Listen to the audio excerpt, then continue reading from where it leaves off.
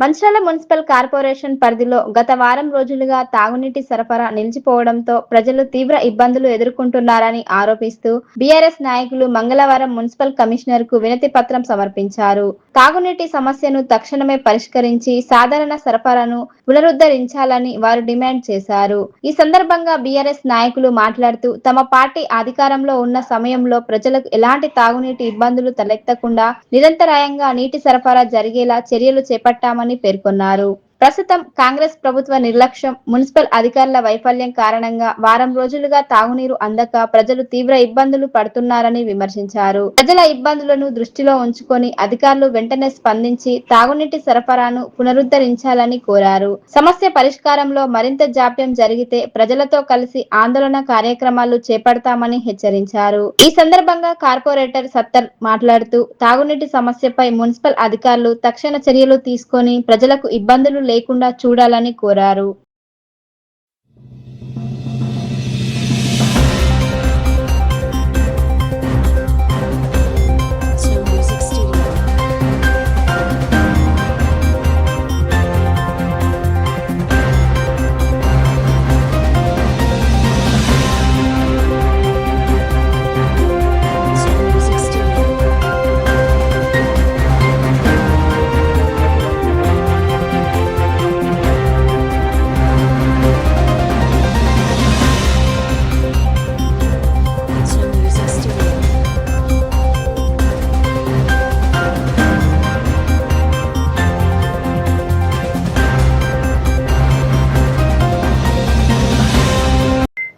ఉమ్మడి రాష్ట్రంలో కూడా మంచి పేరు తెచ్చుకొని నంబర్ 1 స్థానంలో ఉన్నటువంటి కార్పొరేషన్ని ఇలా కనీసం మంచి నీళ్లు ఇవ్వలేని పరిస్థితికి దిగజార్చినటువంటి కాంగ్రెస్ పార్టీ ఇక్కడ పాలకవర్గం ఏదైతుందో ఫెయిల్యూర్గా భావించాల్సి వస్తుంది. గత 6 రోజుల నుంచి మంచిర్యాల ప్రజలకు నీళ్ళు ఇవ్వకుండా వరద వల్ల వాగొచ్చిన వరద వల్ల పైప్ లైన్లు సరే అతివృష్టి అతివృష్టి వల్ల పైప్ లైన్ కొట్టుకపోయిందని చెప్తుండ్రు. పట్టుకపోవడానికి కారణం కూడా వాస్తవంగా మంచిర్యాల వచ్చినట్టు మొన్న వర్షాలు కాదు, ఆ వరద కాదు, ఒక కాంట్రాక్టర్ తప్పిదం వల్ల ఆ పైప్ లైన్ కొట్టుకపోవడం జరిగింది. కరకట్ సంబంధించినటువంటి పనులు చేసే కాంట్రాక్టర్ ఎవరైతే ఉన్నారో ఆ నీటిని డైవర్షన్ చేసే కార్యక్రమంలో లోతుగా తీసి పైప్ లైన్ కన్నా లోతుగా తీసి పక్కకు డైవర్షన్ చేసే సందర్భాలలో అది అట్లనే ఉంచడం వల్ల ఫ్లోయింగ్ ఎక్కువ వచ్చి వాగు ఎక్కువ వచ్చి ఆ పైప్ లైన్ కొట్టుకపోవడం జరిగింది. ఎందుకు చెప్తున్నాం అంటే మంచిర్యాల చరిత్రలో ఇంతవరకు అక్కడ పైప్ లైన్ కొట్టుకపోయినటువంటి సందర్భం లేదు.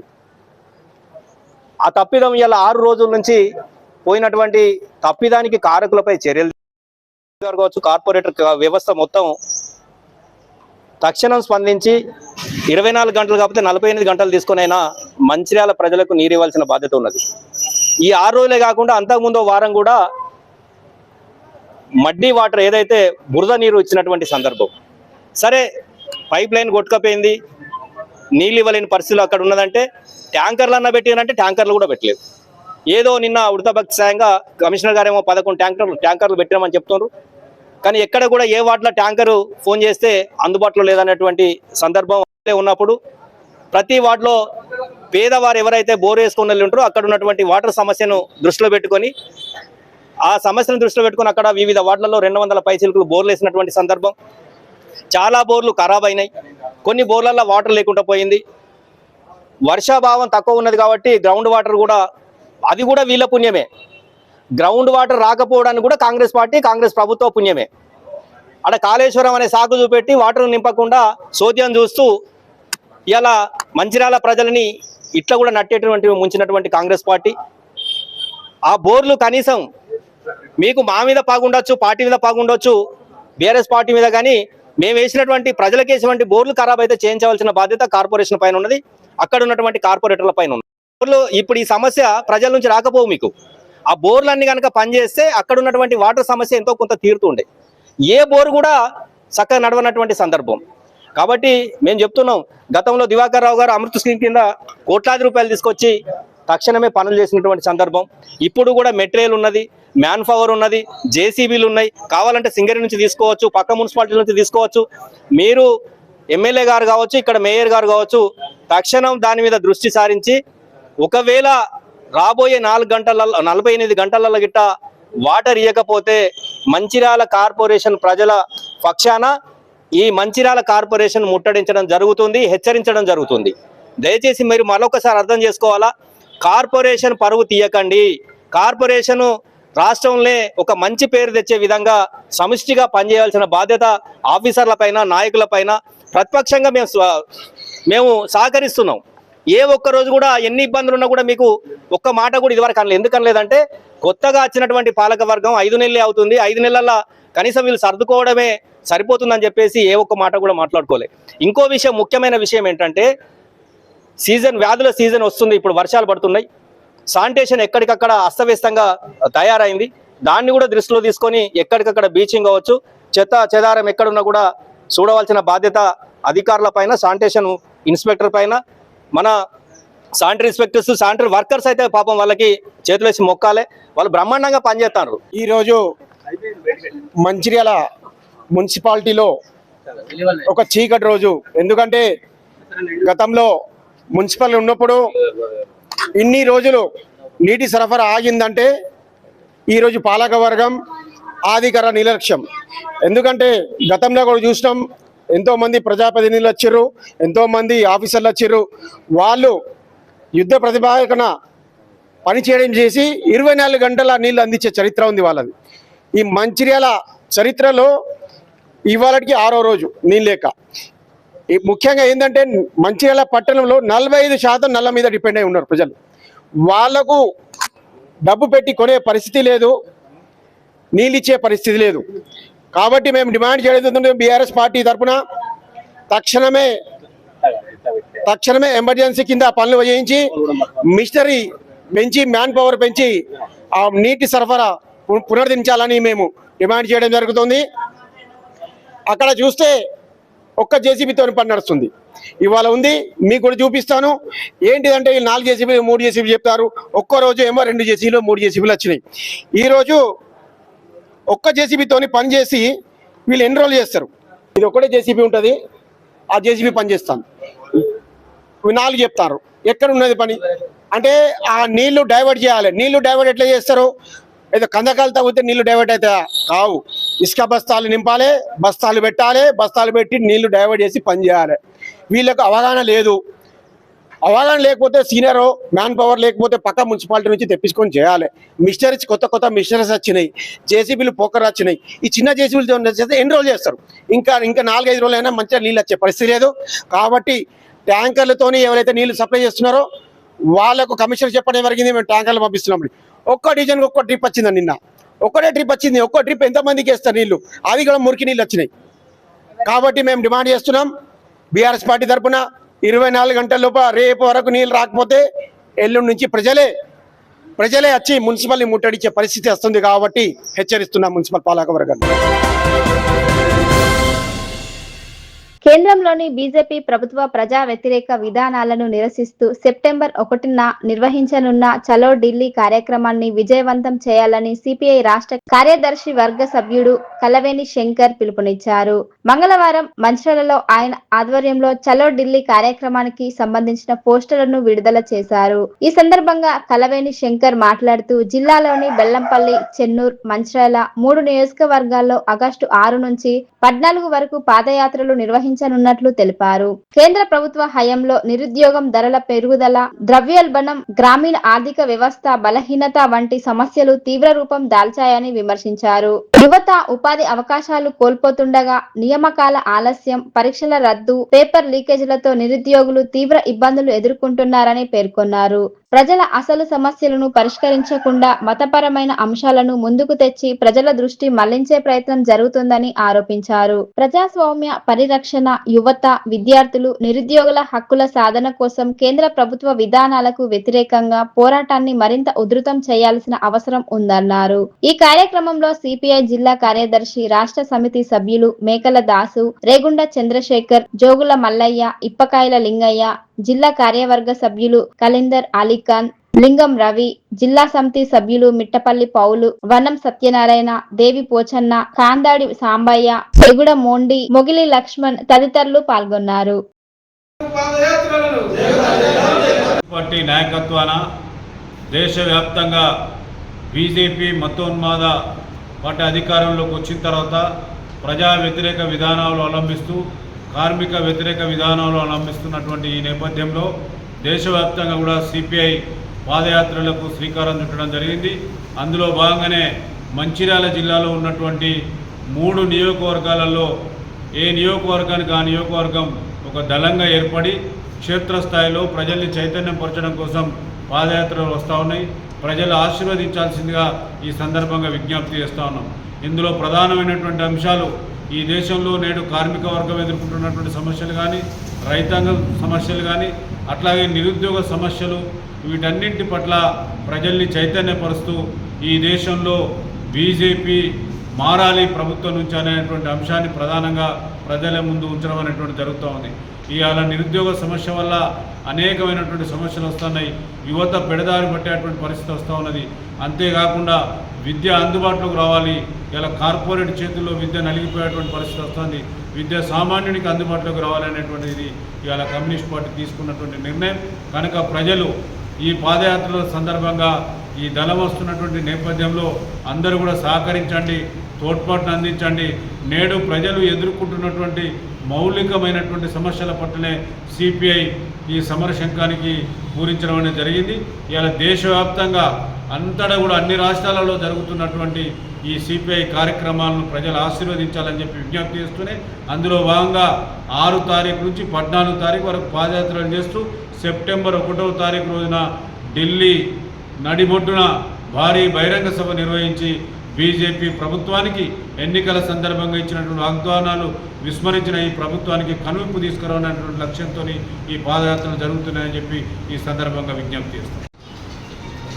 కేంద్రంలో బీజేపీ ప్రభుత్వం అవలంబిస్తున్నటువంటి ప్రజా వ్యతిరేక విధానాలకు నిరసనగా ఈ నెల ఆగస్టు 6 నుండి 14 వరకు జాతీయ పార్టీ పిలుపు మేరకు పాదయాత్రలు నిర్వహించడం జరుగుతూ ఉంది. మరి దేశంలో మార్పు రావాలని చెప్పి పాదయాత్రలు పూర్తి చేసుకొని సెప్టెంబర్ 1న చలో ఢిల్లీ కార్యక్రమం నిర్వహించడం జరుగుతూ ఉంది. ఇలా కేంద్రంలో ఉన్నటువంటి బీజేపీ ప్రభుత్వం ఎన్నికల్లో వచ్చినటువంటి హామీలను అమలు చేయాలని చెప్పి విద్య, వైద్యం, ఉపాధి అవకాశాలు కల్పించాలని చెప్పి మరి జాతీయ పార్టీ తీసుకున్నటువంటి పిలుపులో భాగంగా ఈ నెల ఆగస్టు 6 నుండి 14వ తేదీ వరకు జిల్లా వ్యాప్తంగా మంచిర్యాల జిల్లా వ్యాప్తంగా పాదయాత్ర నిర్వహించడం జరుగుతూ ఉంది. ఈ పాదయాత్రలకు పార్టీ ప్రజా సంఘాల శ్రేణులు, పార్టీ సానుభూతి పరులు, మేధావులు అందరూ కూడా పాల్గొని మరి అదేవిధంగా ఈ పాదయాత్రలకు సహాయ సహకారాలు కూడా అందించవలసిందిగా భారత కమ్యూనిస్టు పార్టీ సిపిఐ మంచిర్యాల జిల్లా సమితి పక్షాన విజ్ఞప్తి చేస్తూ ఉన్నాం. ప్రపంచ తల్లిపాల వారోత్సవాల సందర్భంగా ఆగస్టు 1 నుంచి 7వ తేదీ వరకు జిల్లాలోని అన్ని గ్రామ పంచాయతీలు, ప్రాథమిక ఆరోగ్య కేంద్రాలు, ఉప ఆరోగ్య కేంద్రాలు, అంగన్వాడీ కేంద్రాల్లో విస్తృత స్థాయిలో అవగాహన కార్యక్రమాలు నిర్వహిస్తున్నట్లు జిల్లా వైద్య ఆరోగ్య శాఖ అధికారి డాక్టర్ నరేందర్ రాథోడ్ తెలిపారు. మంగళవారం జిల్లా కేంద్రంలోని మాతా శిశు ఆసుపత్రిలో నిర్వహించిన ప్రపంచ తల్లిపాల వారోత్సవాల కార్యక్రమంలో ఆయన పాల్గొన్నారు. ఈ సందర్భంగా జిల్లా సంక్షేమ శాఖ, ఐసిడిఎస్, జిల్లా వైద్య ఆరోగ్య శాఖ, లయన్స్ క్లబ్ ఆఫ్ మంచిర్యాల సంయుక్త ఆధ్వర్యంలో మాతా శిశు సంరక్షణ కేంద్రంలో చికిత్స పొందుతున్న తల్లులు, వారి కుటుంబ సభ్యులకు తల్లిపాల ప్రాముఖ్యత, నవజాత శిశువుల ఆరోగ్య సంరక్షణ, మొదటి 6 నెలలు పూర్తిగా తల్లిపాలు మాత్రమే ఇవ్వడం వల్ల కలిగే ప్రయోజనాలపై అవగాహన కల్పించారు. అనంతరం డిఎంహెచ్ఓ డాక్టర్ నరేందర్ రాథోడ్ మాతా శిశు ఆసుపత్రిలో అందిస్తున్న వైద్య సేవలను పరిశీలించారు. నవజాత శిశు సంరక్షణ కేంద్రాన్ని సందర్శించి అక్కడి సదుపాయాలు, వైద్య సేవలపై ఆరా తీశారు. రోగుల మెరుగైన సేవలు అందించడంతో పాటు హెల్ప్ డెస్క్ ద్వారా ప్రజల సమస్యలను సత్వరమే పరిష్కరించాలని వైద్య సిబ్బందికి సూచించారు. గర్భిణీలు, బాలింతలు, నవజాత శిశువులకు నాణ్యమైన వైద్య సేవలు అందేలా ప్రత్యేక చర్యలు తీసుకోవాలని ఆదేశించారు. ఈ కార్యక్రమంలో ప్రభుత్వ జనరల్ ఆసుపత్రి superintendent doctor Ashok Kumar, doctor Sridhar, జిల్లా సంక్షేమ అధికారి రాహుల్, జిల్లా మాస్ మీడియా అధికారి Bukka Venkateshwar, Lions Club of Mancherial అధ్యక్షుడు P Venkateswarlu, T Srinivas, A Venkateswara Rao, Madhusudan Reddy, Alladi Srinivas, Ramdev, Putta Satyanarayana, doctor Suprana, doctor Satish, సిడిపిఓలు, హెడ్ నర్సులు, నర్సింగ్ అధికారులు, అంగన్వాడీ సూపర్వైజర్లు, అంగన్వాడీ కార్యకర్తలు తదితరులు పాల్గొన్నారు. శిశువుకి ఏదైతే తల్లి పాలు ఉందో అది పౌష్టిక ఆహారమే కాదు, శారీరకంగా, మానసికంగా, ఆ తర్వాత భావోద్వేగంలో కూడా వికసించే అవకాశం ఉంది. కాబట్టి ఈ ప్రతి ఒక్కరికి దీనికి అవగాహన కల్పించడం మన ప్రతి ఒక్కరికి ఇది చాలా అవసరం కల్పిస్తున్నాం. ఈ సందర్భంగా ఈ వారోత్సవంలో భాగంగా మా ప్రతి పిహెచ్సిస్లో, సబ్ సెంటర్లలో, ప్రతి గ్రామాలలో తల్లులకి మేము అవగాహన కల్పిస్తున్నాం. అలాగే అంగన్వాడీ సెంటర్లలో కూడా ప్రతి ఒక్కరు కూడా తల్లులకి కానీ తర్వాత ప్రెగ్నెంట్ లేడీ కూడా ఒక సమావేశం ఏర్పించి ఈ తల్లిపాలు ప్రాముఖ్యత గురించి వివరించాలని చెప్పేసి ఈ సందర్భంగా కోరుతున్నాను. ముఖ్యంగా తల్లి పాలు ఏంటంటే ఫస్ట్ పాలు ఏదైతే మురుగు పాలు ఏదైతే అది మనకు ఇది ఒక టీకా లాంటిది, వ్యాక్సిన్ లాంటిది. ఇది శరీరానికి ఇమ్యూనిటీ పెంచడమే కాకుండా ఇన్ఫెక్షన్ రాకుండా, జలుబు రాకుండా ఆ విధంగా మనకు నివారించవచ్చు.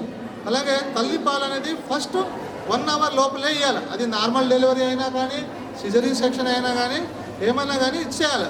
తల్లికి ఆరోగ్యం బాగా లేకున్నా కూడా ఇవ్వచ్చు, బిడ్డకి ఆరోగ్యం లేకున్నా కూడా ఇవ్వచ్చు. ఈ విధంగా మనము 6 months వరకు కంటిన్యూ తల్లి పాలు మాత్రమే ఇవ్వాలి.